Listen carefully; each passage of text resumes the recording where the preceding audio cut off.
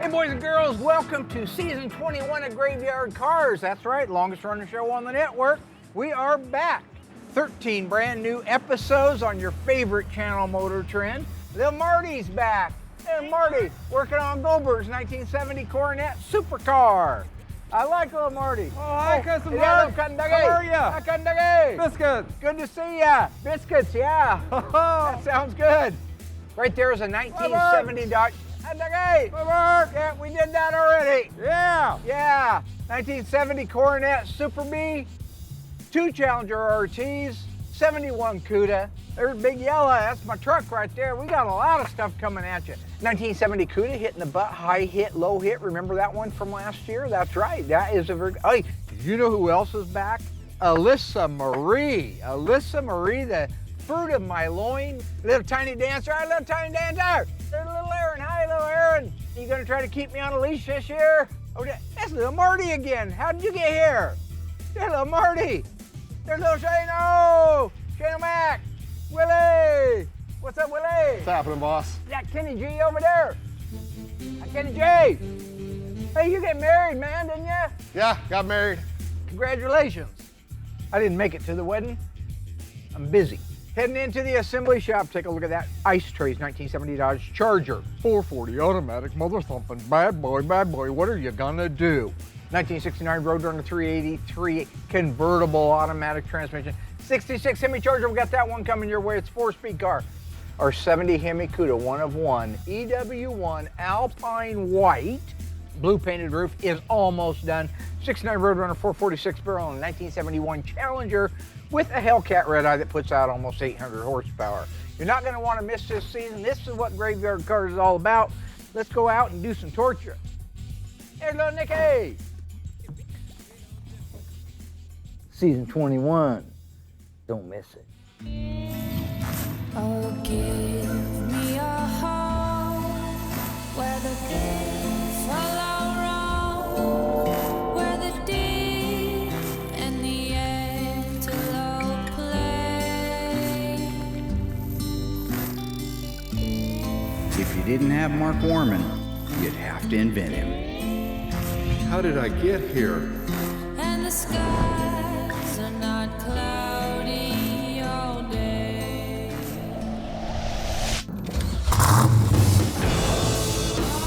I have no idea why my dad is crazy.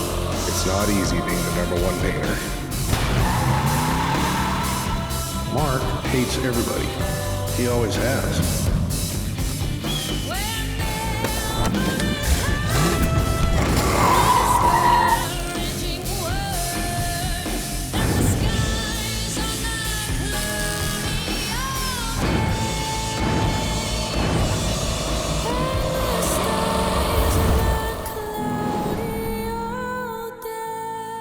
They're coming to get you, Barbara.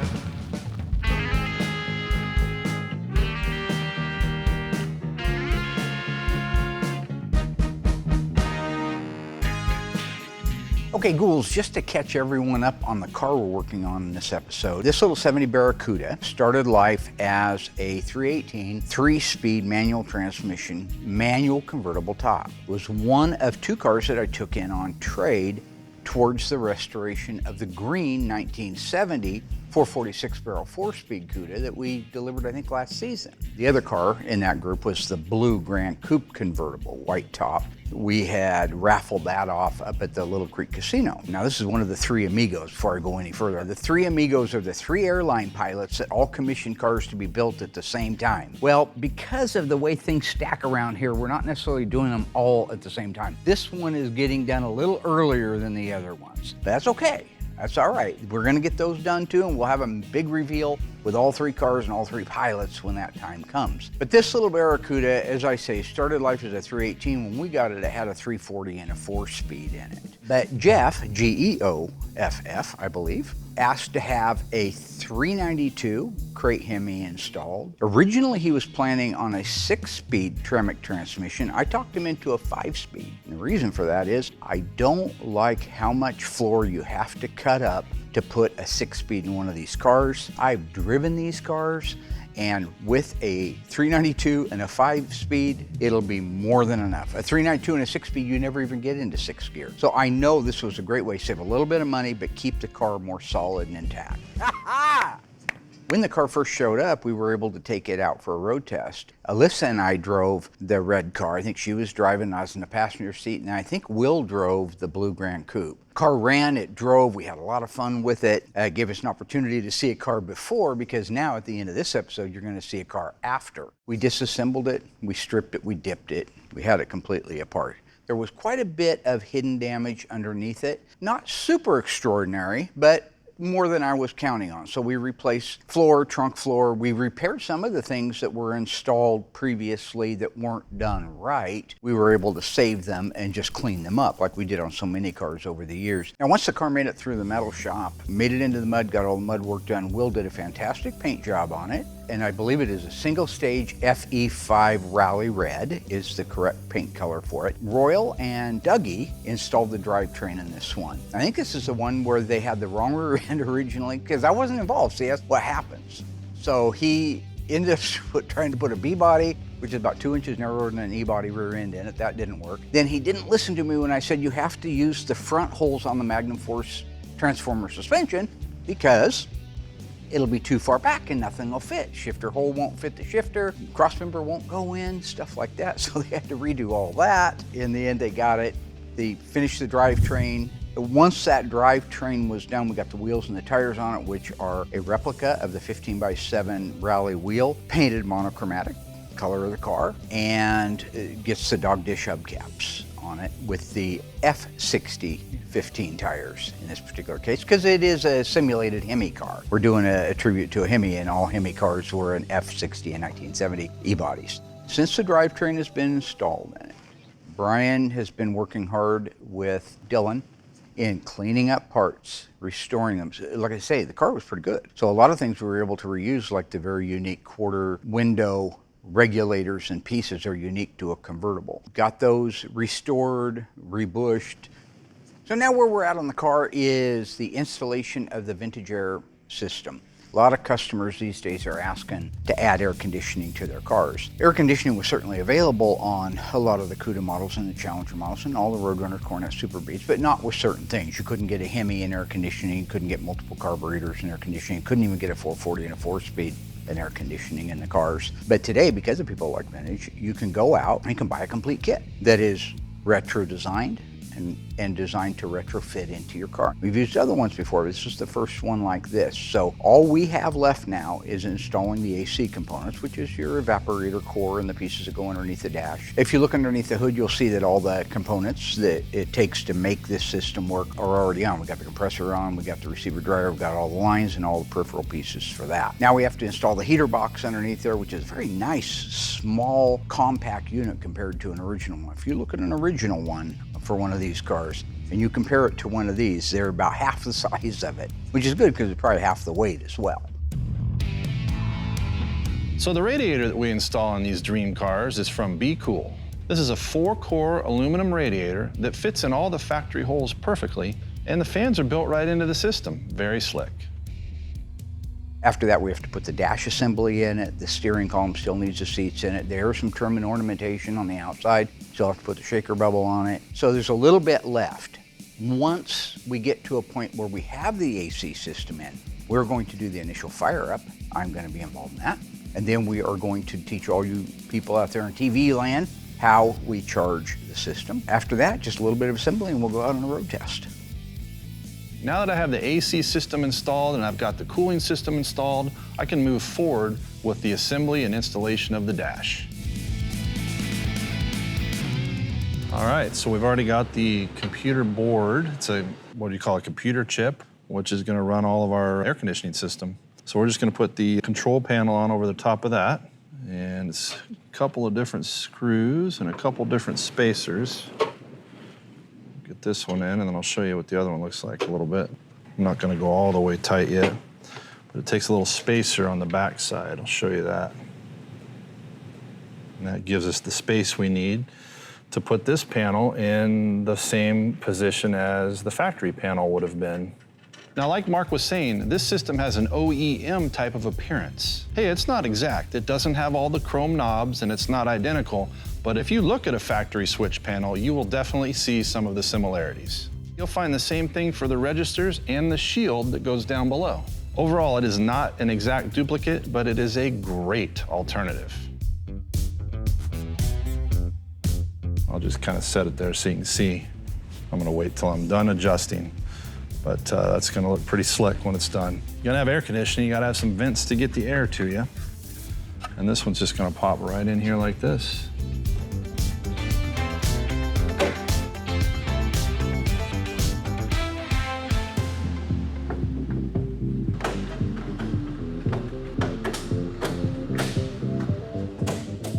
Okay, so there we go. We have 4 AC vents now. In the near future, we'll hook them up to our new AC system once we get this dash installed. Now I've got this dash assembly almost built out. The final thing I need to do is install the pad. I really like to put these on last because it gives me a lot more room underneath the dash to wire it and make all the connections, test everything out, and not worry about damaging the pad. So Mark's on his way, and I've got this dash right here on the stand, all assembled, all the hard work's been done, so we're ready to put it in the car. Coming up, Mark gets hard at work, helping Brian install the newly restored dash. Always can count on you for the heavy lifting. But can Mark and Brian get the 392 Hemi and the new AC system up and running? What we want to do is make sure that there's no leak in the system. Before Alyssa arrives for the Barracuda's first road test. I taught you how to drive a stick. Mom actually did. Find out when Graveyard Carz returns.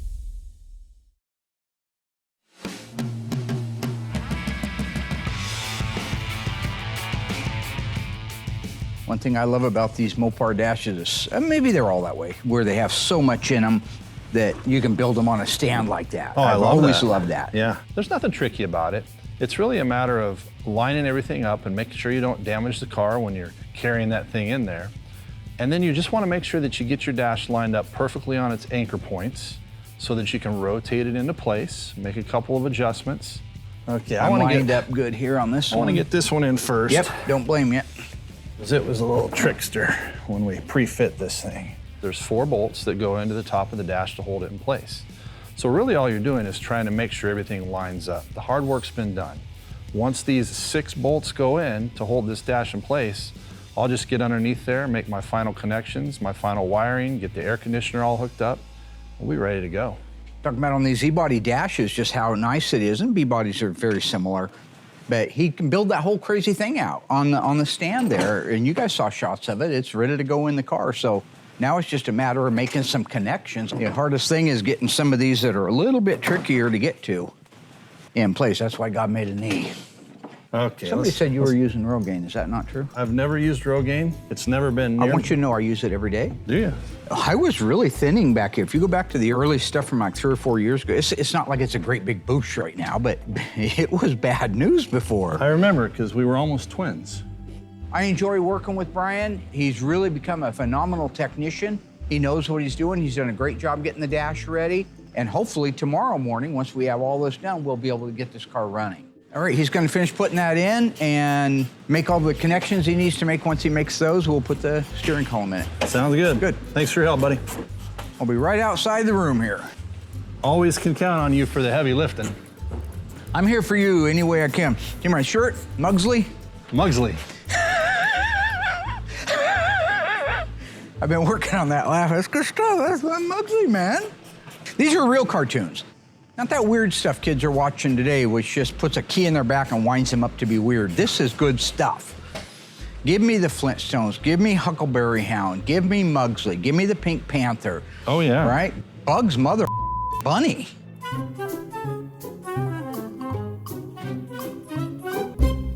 All right. Okay, so I'll just guide that onto the actual rack. Yeah, that sounds good. All right, so now we have all those components installed in the car. We're ready to try to get it started. However, we're not going to do that with a hot wire. We are going to install the steering column, make all of the connections so that we can use the original ignition system to fire the car up. Okay, good. Okay, let me I got work one it end of it now. Yeah, let me work it around the clutch a little Okay. bit. And brake. We need to go towards you a little bit yet. It's nice to have an extra set of hands and an extra set of eyes on the engine compartment side as you're guiding that column through the firewall to make sure you're not hanging up on a header or scratching some fresh paint. But ultimately, it's a matter of just getting it up against the firewall, putting your 3 bolts in place, and then you have 2 more nuts that will fasten it up against the dash. There we go, we're good now. It's a little better. It's Yep. a little more better. I'm gonna get a couple of nuts started here. Hopefully. That's in place now, so let's move forward with the final wiring under here, the connection, and see if we can't get that thing running. Let's do it. Gotta hear it run. Cannot wait to and hear I want it. to feel that cold air. Gots to feel my cold air. Oh, All it's right. gonna be chilly. Hey, this installation went great. The dash is in place, the column's in place, everything's tightened and snugged up. We've got all our wiring in place, we've got all our venting in place for the air conditioning. We're ready to fire this little 392 Hemi up. I am looking forward to getting the car running because once we have the car running, we can do our new, this is the very first time we ever use vintage air. We have a complete system on the car and I cannot wait to see how it works because it's such a simple system that if it truly works the way that we're hoping it does, it's gonna revolutionize a lot of our dream car builds where we don't have to start with a car that's a factory air car, we can make it an air car.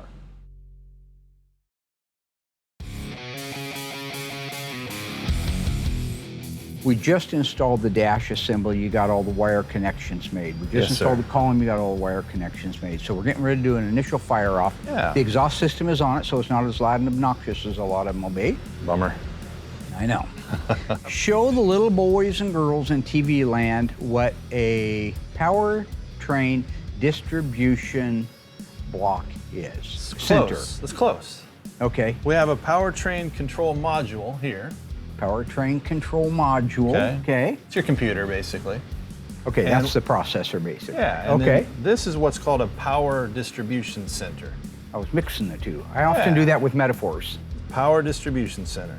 So that's all your fuses that you're going to need and all your relays to be able to run this engine. Correct. We still have the factory fuse box underneath the dash, but this is what you need for this engine, yeah. Okay, you have all of the fans and relays ran through the powertrain distribution. Okay. Yes. And they're all hooked up to the Be Cool radiator. Close. There are a couple of relays for the radiator and its fans that stand apart from the power distribution center. For example, right here is our fan relay. Okay, yeah, that wouldn't have anything to do with the Mopar running because it Correct. doesn't know or care whether you're Doesn't running matter. something Yep, like that's that. correct. You're not using that system. Got it. Historically, every one of these things we've cranked over or fired within 10, 15 seconds of getting a little bit of memory. Yeah. So if you would like to do that. Sure, I can do that. Oh, have you bled out the sweet little brake system? I have bled out the sweet little brake system. Can't wait to try that. Yeah. 4-wheel disc brakes from our friends. Oh yeah, good That stuff. actually should stop.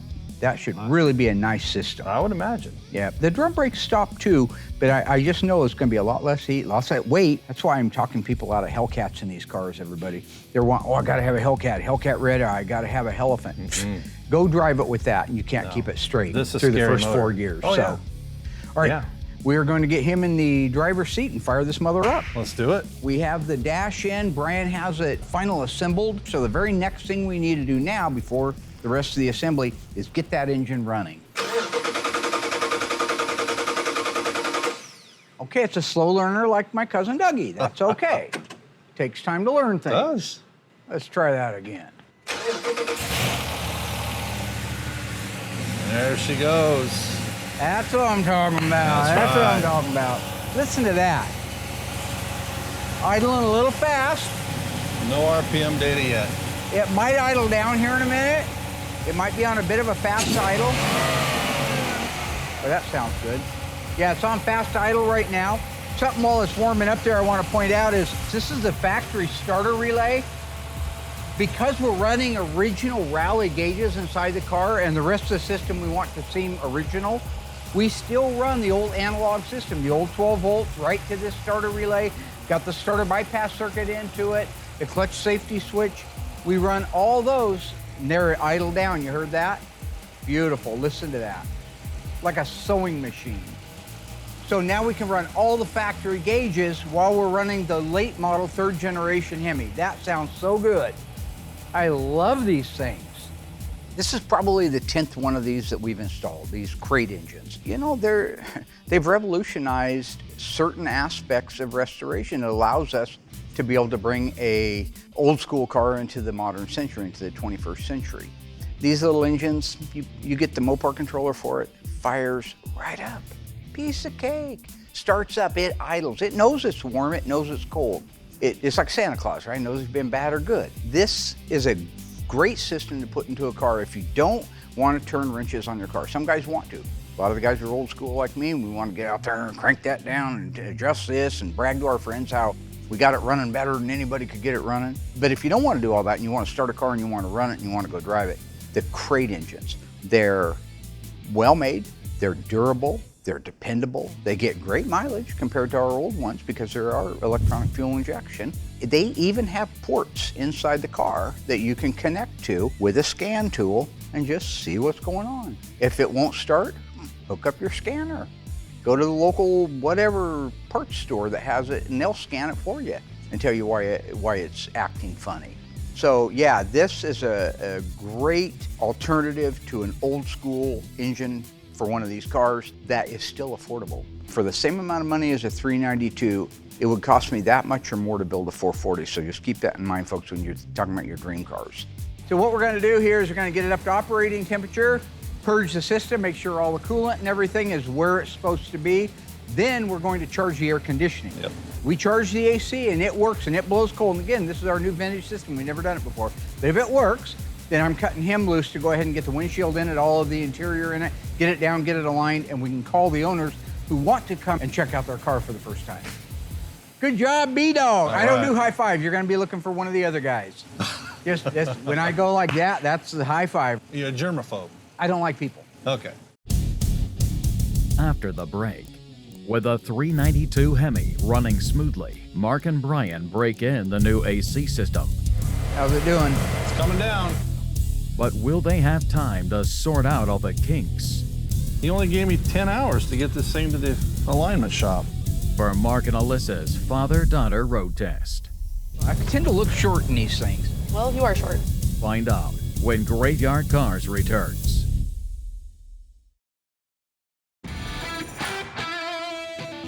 Okay, so we have our system connected right now, and basically what you've got is you've got a high side and you have a low side. High side here, low side here. It's that simple. That's because there's two sides of the air conditioning system. I'm not gonna teach you how to do all the AC stuff, just gonna show you how to do this right here. With the machine hooked up like we have here, you can see that we're at about 0. We're not in a negative and we're not under pressure, right? We're pretty much at 0. Yep. What we want to do is make sure that there's no leak in the system. Right. There's two ways to do it. We could shoot a half a pound of Freon into it and watch it go up and destroy our ozone layer. Or we could do the opposite and pull a vacuum on the system. Right. And that's what we're gonna do. So it's just like if you're at a restaurant and you take your straw and you put it down in your soda and then you put your finger over the end of it and you bring it up, right? If that straw is good and there's no cracks in that straw, it's not gonna drop anything out of it. The minute you pull your finger off the end, it's going to, or if it had a crack, it's going to leak. If this has a leak, we're not gonna be able to pull it down to 30 inches of vacuum. We're just not gonna be able to because it's constantly drawing in more air. So the first thing we have to do is put the system under vacuum. Yep. Then what we're gonna do is we're gonna hit the vacuum button and we're gonna tell it how long. In this particular case, we only need 10 minutes on there. So we're gonna change this to 10 point. There you go. And now I'm gonna hit enter. And now it needs you to connect and open the HP. You're already connected, so open the two valves. Okay. Okay, so we're completely open. So now with those open, we're gonna hit the enter button. And it's gonna start up here in a second. When it does, you're gonna watch this gauge. See that gauge pull down and that one pull down? It is now pulling vacuum on the system. When it's down to vacuum and the machine shuts off, we end up watching it for about 10 minutes to make sure it's not going to bleed off. Right. And then at that point, we're ready to put the Freon in for the first time. One thing to note here while it's pulling a vacuum on the system, the compressor that we got from Vintage Air came with oil in it, the exact amount of oil it would need to be able to service this system. So when we go to the service section, it says, how much oil do you want to add? Our answer is none. Right. How much do they recommend while as far as Freon goes? 1.8 pounds of Freon, R134A. Okay. Yeah. If that's what they recommend, that's what we'll do. Yeah. 30 inches of vacuum on that side and this side. It's 30 also. But we're ready to fill the system now with Freon, That's right. right? Yep. Okay, we talked about it a minute ago. It takes 1.8 pounds according to Vintage Air to be able to charge the system. Yes, sir. So to do that, we'll do it manually. We'll hit the manual button. What do we want to do? Do we want to inject oil? Do we want to vacuum? Do we want to just charge? Just a charge? Just a charge. So we're going to hit charge. And the charge amount, we're going to click that right there, and we're going to make it 1.8 LBS. Is that right? Yep. Okay. Make sure it's in pounds. Okay. It's in pounds. Perfect. All right, so we got our 1.8 right there. And now we're going to hit enter. Connect and open the high and low pressure side. So there it is there. Okay, we're good. And he's got that locked in there. So at that point, we're ready to hit enter. And what'll happen here, it's getting ready to start. When it starts putting Freon on the system, see that gauge go up like that? See that gauge coming up like that? Right there, it is put in 0.32 of a pound. And that's gonna continue crawling up until it reads 1.8. 1.8, yep. At which point it'll say disconnect the machine and fire it up. Fire it up. So let's just watch that thing for a second. Yeah, it usually goes pretty quick. On the old cars, those systems are so cantankerous. I mean, we've done these quite a few times now. Yeah. This is our first vintage. But the old cars, they just fight you all the way. Yeah. If it's not an expansion valve, then it's the evaporator's leaking. If it's not that, the compressor's locked up. It had too much oil, not enough oil, wrong oil in it. Sometimes you just don't know why it's doing it. It's frustrating. Like right now, we're up to 1.73 pounds. We've got just a little bit more. Almost there. Here in a few seconds, we're gonna be green light go to disconnect and fire it up. Yeah, look at that. 1.8 pounds, it likes it. Now it says disconnect the high pressure coupling and start AC the system with the LP coupling connected and press enter. So leave the LP connected, disconnect the high pressure.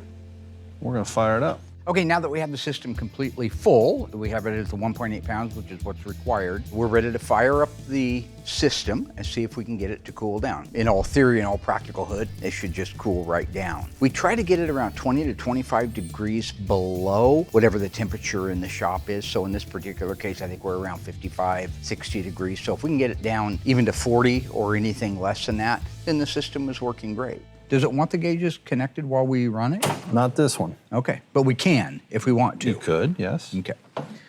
So I'm gonna start the car. And well, take it easy. Okay, You I'll crazy take it nut easy. job. That's, well, I've I heard others. just like following instructions. Is that such a bad thing? It said start the system. It Well, said start the system then. Disconnect and start the system. Well, then start the damn Okay, system. we're gonna start it. Or are you supposed to disconnect that too? No? Oh, well, then start the All right system. then, here we go. Oh, why it's so difficult?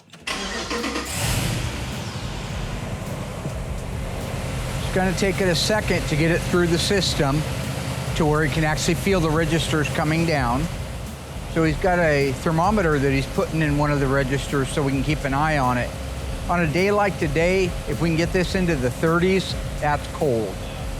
How's it doing? It's coming down. Okay. Got what, 45?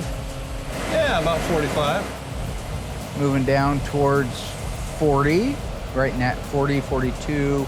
That's there. That's And pretty there's, good. yeah, it's 39. There you go. We're gonna call the ball at 39.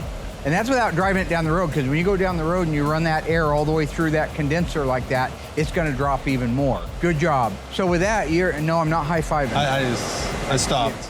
You know, I think didn't I make this really clear a couple seasons ago about the high five and the fist bump and all that weird stuff? I don't like it, I don't trust it, and I don't understand it. That whole thing, the fist bump, the high five, all that celebratory horse crap, isn't that out now? You don't see me running around in a members only jacket, right? Stop the high-fiving, I'm not gonna do it. Okay, you can hold your hand up there all day long, I don't care. I just think you're taking an oath. I am not gonna slap that damn thing. If you come up and give me $20 million, I'll give you a high five. How much for a fist bump? Fist bump, 10 million.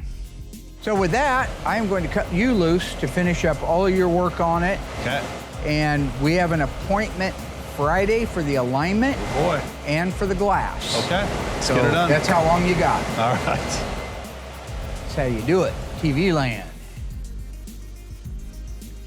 All right. He only gave me 10 hours to get this thing to the alignment shop. What's that all about? Jumbo. All right, so the air conditioning is working great and blowing cold. The engine runs great. I'm cutting Brian loose now to finish the interior, which is gonna be your trim panels on the front and the rear, kick panels, the rest of the little bit of wiring he has to do, carpeting, console. That will wrap up the interior. Then we will take it down and have the alignment done. After the alignment, we can go out and go on a road test with it.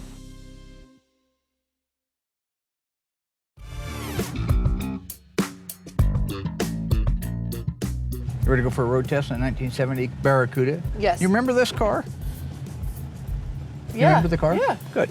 So last time I drove this car, it had a 340 with a 4-speed in it. I was used to driving this type of car. It drove a lot like the classic muscle cars do, or even like my Kia Spectra 5 back when I was in high school. What? You're the one that bought it for me. Nobody's got it. How are you gonna buy me a Kia Spectra 5 and then make fun of it later on? Like, what is that?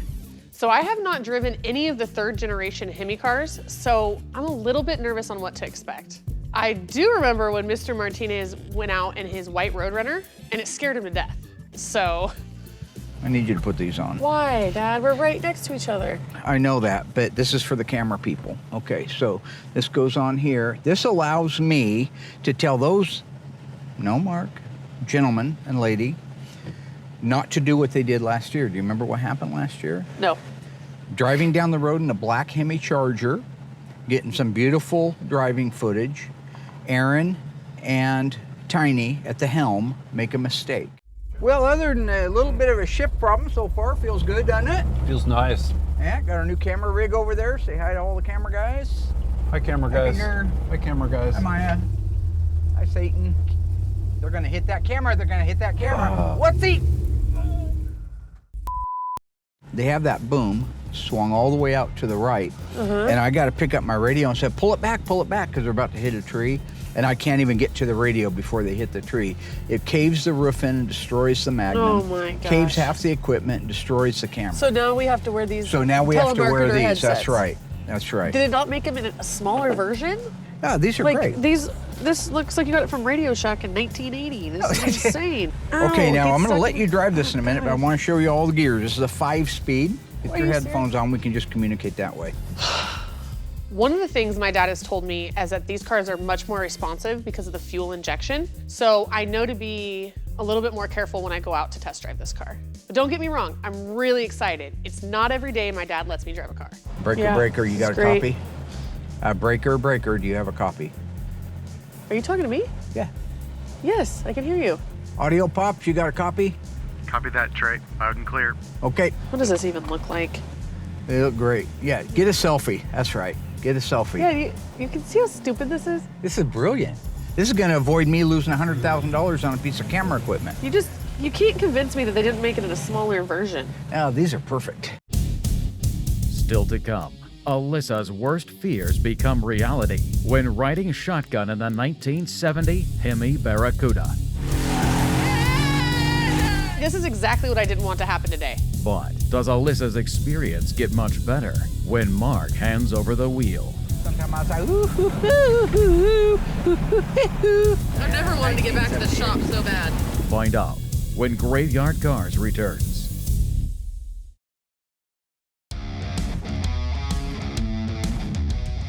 All right, here we go. Here we go again on my own. I think mine's turned all the way up. You're loud. Turn your volume down. I don't care. I gotta move my seat back just a little bit. There we go. There we go. I tend to look short in these things. Well, you are short. All right. So we got a 5-speed. The only difference is on this one, the 5-speed is all the way over and up. You'll never get into it. First, second, third, fourth, fifth if you need it, and then straight back for reverse. Yeah. Like yay. Sometimes I think you think I'm stupid. I don't think you're stupid. You haven't driven a Tremec 5-speed before. I think I have. Oh, this turn is nice. Oh, God. Oh, she's a snorkeler. Why? She's a case snorkeler. Here I go again on my own. It's cold. See, this is exactly what I hate. I don't think it could get any worse. He's got control of the car, and he's got a microphone in my ear. Last time my dad had a brilliant idea, I don't know if you remember, it was the tray cam and the tray sound. So this just is not gonna end well. Now this has got rack and pinion steering, isn't that nice? Yeah, it's great. Yeah.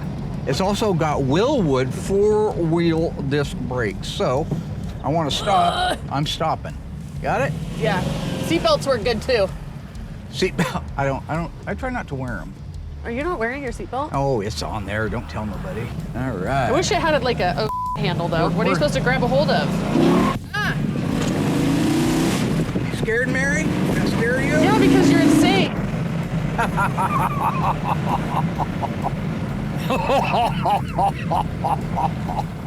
See, this is exactly what I didn't want to happen today.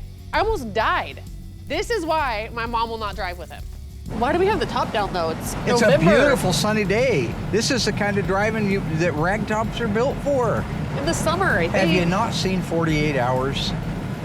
Nick Nolte, Eddie Murphy. I'm a ragtop man. All right. Whee whee. Oh, okay. See that? Like it's on rails. Did you ever wreck a car when you were younger? Yep. I wrapped a GTO around a phone pole. Let me show you how I did it. Shocking. No, please don't. You know, I'm no angel. I've wrecked cars, okay? The biggest wreck that I remember having was my 67 Goat. It's a Sunday morning, night after, you know, drinking some hooch and having some fun, going out cruising and stuff. I had Jerry Crandall on my right, I had Alan White on my left, I had Andy in the back seat there, and we took a left off of Franklin Boulevard onto Henderson. It was wet out, went around the corner, pitched a little bit to the side, banged second gear, it came back this way. About that time, old Jerry thinks he's gonna be cool and just take a swig of his soda. So he's got his soda and he's drinking his soda. I shift third gear, swings back around, it's a fishtail, none of that drifting crap. And just time it almost went around, I stuffed the clutch, banged fourth gear, and it came around like this, but I couldn't stop the momentum of it. All the way over, here's a foam pole. Spun me around a couple times in the road, I'm at a complete stop. Jerry chipped his tooth on the Pepsi bottle. Alan White in the left rear, when he got out of the car, the armrest was stuck in his ribs. He had back problems after that for the rest of his life. Right up to the time he died, he could hardly bend over on his left side, so. But those are the memories, you know, that you want to build. You want to be able to have stories like that to share, you know? How about you, camera guy? You ever paralyze anybody? You ever bust anybody's ribs up? Well, can't say I have. Yeah. Memories. That's what driving was. Those are experiences that's unfortunate that you can't appreciate. Sounds like that's unfortunate. These feel dangerous. No, this is just driving an old car. This is what they're built for, man. This is, when they came off the assembly line, there was a guy meeting every single person saying, listen, if you drive this car like an old lady, we're gonna come get it from you. Like Men in Black. Remember when they had that little dude inside the cabinet? They opened it up, that little dude. Yeah. Yeah, that was great. What is he talking about? The men on the assembly line telling people how to drive the cars. They weren't even sold yet. Who are they telling? The other line workers? But drive's nice, right? I'm gonna get up here to the DMV and let you take over. Oh my gosh. This is some... Oh! Dad, come on! What is this? Call it fishtailing. Oh my God, take me back. Okay.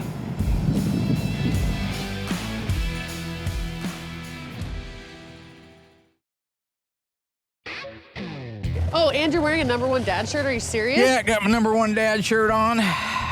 Okay, nice and easy back to the shop. This is the kind of memories you can share with Trey when you get home. Trey Jr., TJ. Not gonna let him drive with you ever? Call him TJ. Just drive careful going back. I just want to see. Are you serious after that? What?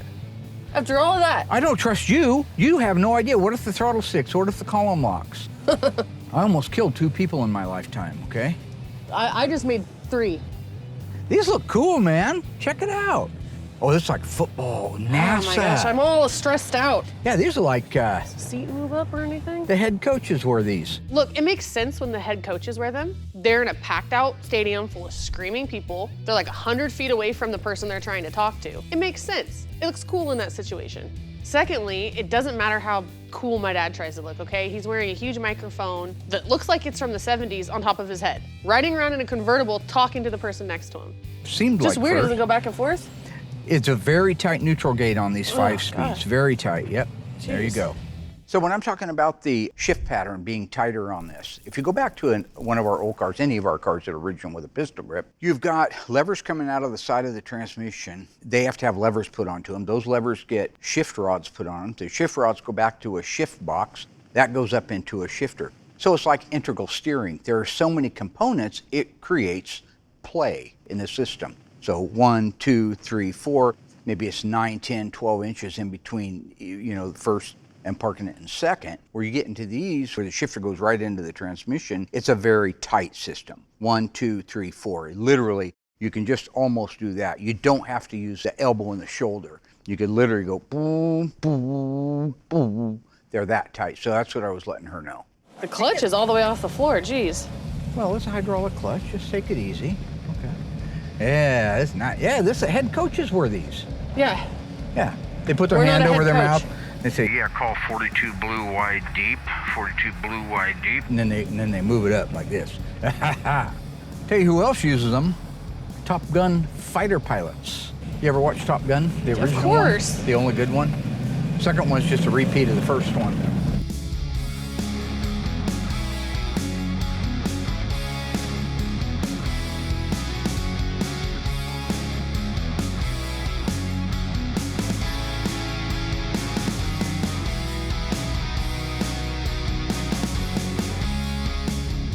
See how smooth that was from first to second? That was nice, yeah. Yeah, if you're 100 years old, it's great. Yeah, you're a good driver. I taught you how to drive a stick. Take your perk brake off, Mom actually Rube. did. Doesn't matter, take it off. didn't I have- said, what are you doing? Why are you playing it, you Sorry. I thought you could press it down and come all the way up. Yeah, it's a 1970. It doesn't do that. Sorry. It's not my fault. It makes no sense. You have to press a pedal down and it keeps going down all the way to the floor, and then you have to pull a handle to release it. What if you have nails? Doesn't seem like it works that good. It didn't stop us. I've been walking Central Park, singing After Dark. People think I'm crazy.